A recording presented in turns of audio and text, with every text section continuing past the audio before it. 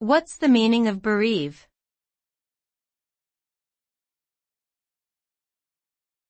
Bereave.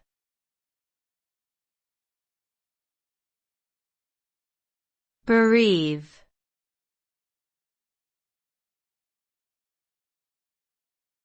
Bereave.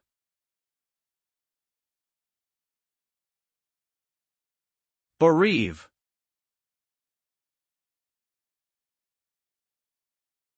The word bereave means to suffer the loss of a loved one or something that is dear to us. It is often used in the context of death, as it refers to the feeling of being deprived of someone's presence who has passed away.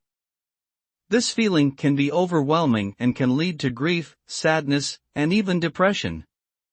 Bereavement is a natural part of life, but it can be difficult to deal with, especially when we lose someone close to us. It is important to seek support during this time and to allow ourselves to grieve in our way and at our own pace.